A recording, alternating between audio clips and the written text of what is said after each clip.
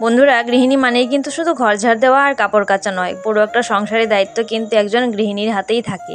আর সেটা একা হাতে সামলাতে হলে যে কতটা চাপের সেটা তো শুধুমাত্র একজন গৃহিণীই বলতে পারবে। আজকে কিন্তু আমি সকাল সকালই রান্না চাপিয়ে দিয়েছিলাম, তারপর মেয়েকে স্নান করিয়ে রেডি করিয়ে খাইয়ে দাইয়ে স্কুলে নিয়ে গিয়ে দেখলাম একটা ঘুঘু পাখি ছোট্ট একটা বাসা গড়ে নিয়েছে তার জন্য। সামনেই তো বর্ষাকাল, সেজন্য কিন্তু সে নিজের সুরক্ষার দায়িত্বটা নিজেই নিয়ে নিয়েছে।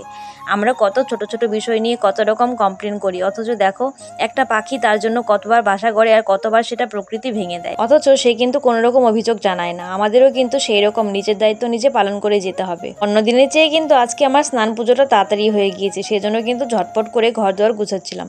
আসলে অনেক দিন থেকেই কিন্তু অনেক জামা কাপড় বাইরে বেরিয়ে গিয়েছে, তখনই দেখতে পেলাম মেয়ের একটা জামা কিন্তু ছিঁড়ে গিয়েছে।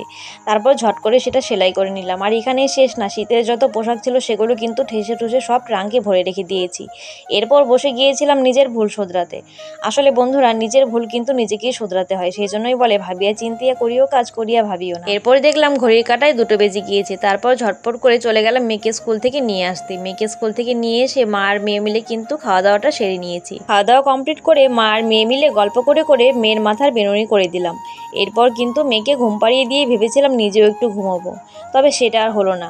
আর কেন হলো না সেটা জানতে হলে কিন্তু পরের ভিডিওটা অবশ্যই দেখতে হবে। তোমরা ভেবো না এখানেই কাজ শেষ, এখনো কিন্তু অনেক কাজ বাকি আছে, সেটা আর আজকে হবে না, পরের ভিডিওতে দেখাবো।